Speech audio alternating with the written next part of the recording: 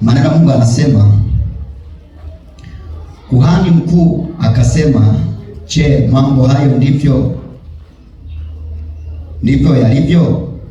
Naye akasema, Bwana Yesu asifiwe. Tumeona hali hapo. Hiyo ni historia ambayo inaanzia sura ya 6. Nadhani tukianzia sura ya 7 hatutaelewa, lakini maelekezo yako hivi. Stefano baada ya kuchaguliwa kuwa shemasi, kwa sababu alikuwa ni mtu wa hekima, akaanza kushindana na wale watu, lakini neno la Mungu anasema hawakuweza kumshinda kwa sababu ile hekima ya Roho Mtakatifu ilikuwa ni ndani yake. Bwana Yesu asifiwe sana. Sasa wakatafuta watu waweze kumshtaki kwamba tumesikia huyo hapa akimtukana Musa, akimtukana na Mungu. Wakampeleka mbele ya makuhani kumhukumu. Ndipo sasa kuhani anaanza kwa kumuuliza swali.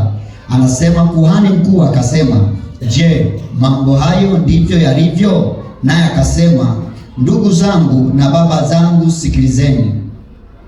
Mungu wa utukufu alimtokea baba yetu Ibrahim alipokuwa katika Mesopotamia kabla hajakaa Harani.